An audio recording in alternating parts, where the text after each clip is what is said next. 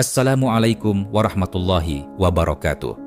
Alhamdulillahi Rabbil Alamin. Segala puji bagi Allah Subhanahu wa Ta'ala yang telah melimpahkan rahmat dan hidayahnya kepada kita semua. Shalawat dan salam semoga senantiasa tercurah kepada junjungan kita Nabi Muhammad Shallallahu Alaihi Wasallam beserta keluarga, sahabat, dan umatnya hingga akhir zaman. Hadirin yang dirahmati Allah, pada kesempatan ini, marilah kita renungkan bersama pentingnya mempelajari ilmu tasawuf, ilmu yang menjadi inti dari pembersihan hati, penyucian jiwa, dan pendalaman makna keimanan. Tasawuf bukan sekadar pelengkap dalam ajaran Islam, melainkan ruh yang menghidupkan amal dan memperkokoh keyakinan. Dalam sejarah, kita melihat bagaimana kekuatan ruhani para ulama dan pejuang yang mendalami tasawuf mampu mengguncang mental para penjajah. Bahkan, tentara Belanda pada masa penjajahan sangat mewaspadai para tokoh tarekat dan sufi karena mereka memiliki kekuatan keyakinan dan semangat jihad yang tak tergoyahkan. Maka, mempelajari tasawuf bukan hanya demi kedamaian batin, tapi juga untuk memperkuat pondasi keimanan dan membangkitkan kembali semangat perjuangan yang sejati. Ilmu hakikat dan ilmu makrifat dikenal di masyarakat dengan nama ilmu dalam.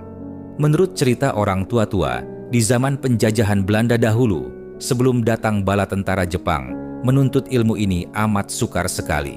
Kalaupun ada, terpaksa dilakukan dengan cara sembunyi-sembunyi. Lain halnya, dengan pelajaran ilmu fikih ada sedikit kebebasan, sehingga perkembangan ilmu ini seakan-akan stagnasi. Hal tersebut disebabkan adanya dua hal. Pertama, adanya larangan pemerintah Belanda tentang berapat dan berkumpul, meskipun ditujukan kepada kegiatan politik, tetapi tidak tertutup kemungkinan terlibatnya mereka yang menuntut ilmu dengan sistem haji duduk. Kedua, pendirian dari para ulama sendiri dengan terlalu amat hati-hati untuk mengajarkan ilmu ini, kecuali untuk mereka yang sudah dianggap memenuhi syarat.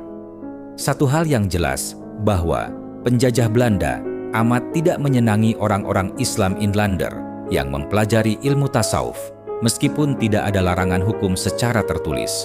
Karena berdasarkan pengamatan dan penelitian mereka, kunci kekuatan Islam Inlander terletak pada keyakinannya pada ilmu tasawuf, sehingga penuntut ilmu tasawuf tidak ada rasa takut mati. Untuk melakukan pemberontakan sewaktu-waktu terhadap pemerintah Belanda, perlawanan di Ponegoro, Perang Padri di Aceh, perlawanan Pangeran Hasanuddin di Sulawesi, pada dasarnya dilandasi oleh semangat tasawuf. Hal ini disadari dan dimengerti oleh seorang tokoh Belanda, Profesor Snok Horgrunje, seorang ahli, pakar dalam hal keislaman di tanah Hindia Belanda ini, tentang kehati-hatian para ulama untuk mengajarkan ilmu tasawuf atau ilmu makrifat itu kepada para peminatnya, berdasarkan tafsiran terhadap lafal hadits ala qadri uqulihim, menurut kadar akalnya, dan harus kepada ahlinya. Maka, tafsiran tentang ahlinya inilah menimbulkan ketaatannya penyebaran ilmu tersebut. Prinsip ahlinya ini diartikan harus memahami sifat 20 secara rinci, melaksanakan dan mempelajari syariat secara tekun serta mendalam. Mereka khawatir kalau terjadi sikap batin yang akhirnya tidak peduli kepada syara'. Ditambah lagi dengan sengaja dibesar-besarkannya kesalahan ajaran Hamzah Fansuri di Sumatera, Syekh Siti Jenar di Jawa, Syekh Abdul Hamid Habulung di Kalimantan, dan lain-lain, dengan kasus yang hampir bersamaan dengan kasus Al-Hallaj, Husain Ibnu Masyur. Dilema yang timbul dengan upaya mendiskreditkan ajaran makrifat di satu pihak dan umat yang sedang kehausan untuk mencari ajaran kepuasan batin pada pihak yang lain, maka tidaklah mengherankan bila di sana-sini timbul ajaran-ajaran kebatinan baru ukuran zaman itu secara sembunyi dan terang-terangan.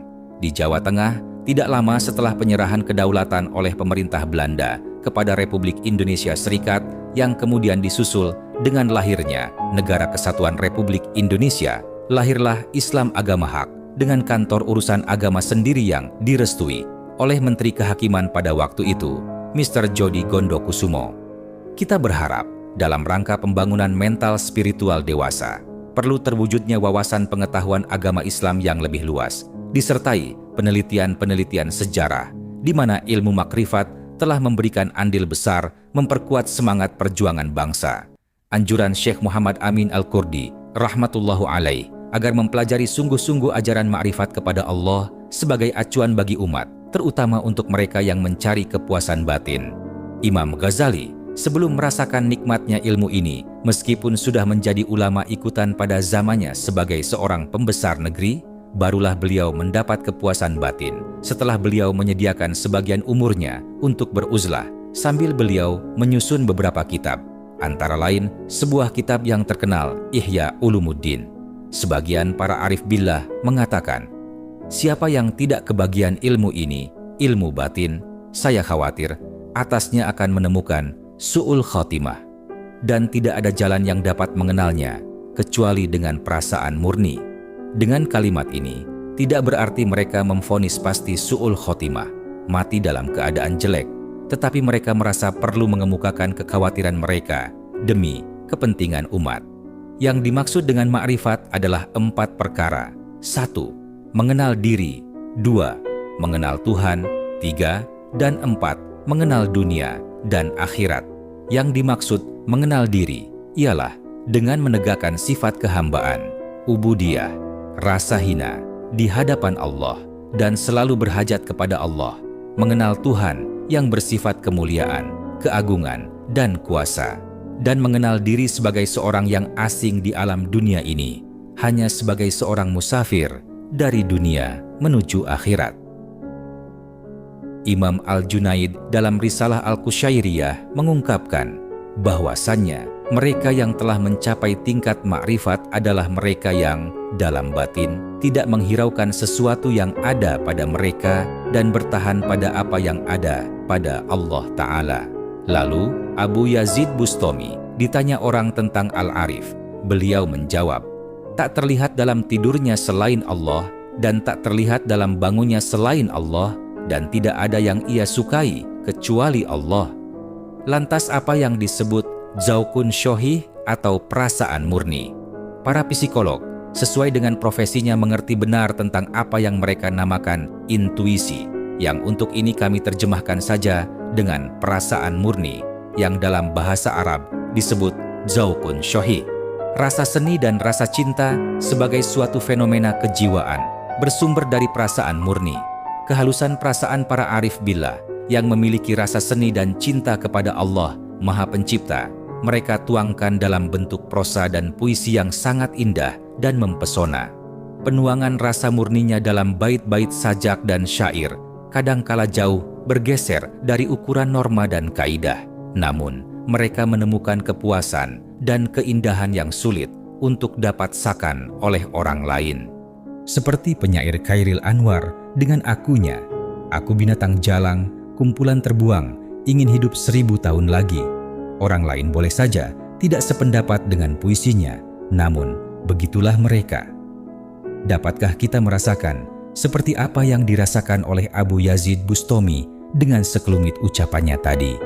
Beliau sebagai tokoh sufi pada zamannya, ulama, ahlul ibadah, berkepribadian terpuji, rendah hati, dan amat sederhana cara hidupnya, pencinta sesama. Sampai hatikah kita memvonis beliau dengan putusan yang mengerikan, sesat dan menyesatkan? Hanya karena luapan perasaannya sendiri dan untuk dirinya sendiri? Untung-untung andai kata tuduhan itu dibenarkan oleh Allah dan Rasul, di akhirat kelak si penuduh tidak menerima resiko apa-apa, tetapi juga tidak mendapat hasil apa-apa dengan benarnya tuduhan itu. Tetapi andai kata pada sisi yang maha adil Allah beserta Rasulnya tuduhan itu tidak dibenarkan, maka suatu bencana besar pasti akan diterima oleh si penuduh. Dunia mereka para arif adalah dunia kebatinan dengan asyik wal ma'asyuk. Mereka tenggelam dalam dunianya yang mereka rasa lebih nikmat dan suci dibanding dengan dunia materi yang sedang dihadapi. Demikian pula ungkapan oleh Syekh Junaid yang sama sekali tidak menghiraukan apapun jua kecuali yang mereka cintai. Kalau dunia materi itu ada pada mereka, sama sekali tidak tersangkut di dalam hatinya meskipun hanya selembar sapu tangan. Hati hanyalah tempatnya zikrullah.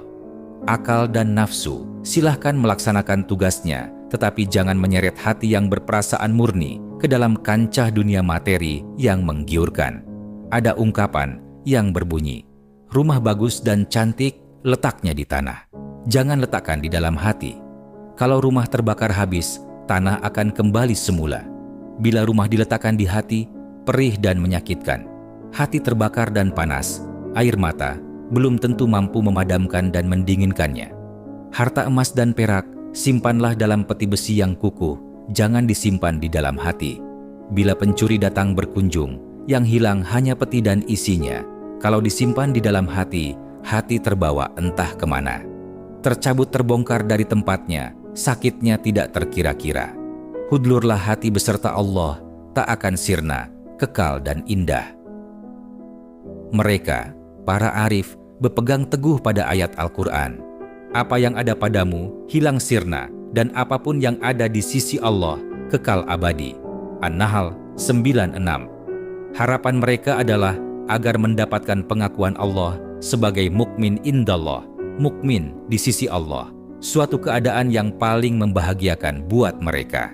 Syekh Al-Junaid ditanya orang tentang arif, maka beliau menjawab, warna air adalah warna gelasnya. Ruwaim berkata, ma'rifat bagi seorang arif adalah cermin. Bila dia memandang dalam makrifat atau cermin itu tampak nyatalah, tajalilah Tuhan untuknya. Manusia yang paling tinggi ma'rifatnya kepada Allah ialah mereka yang sangat tahayyur.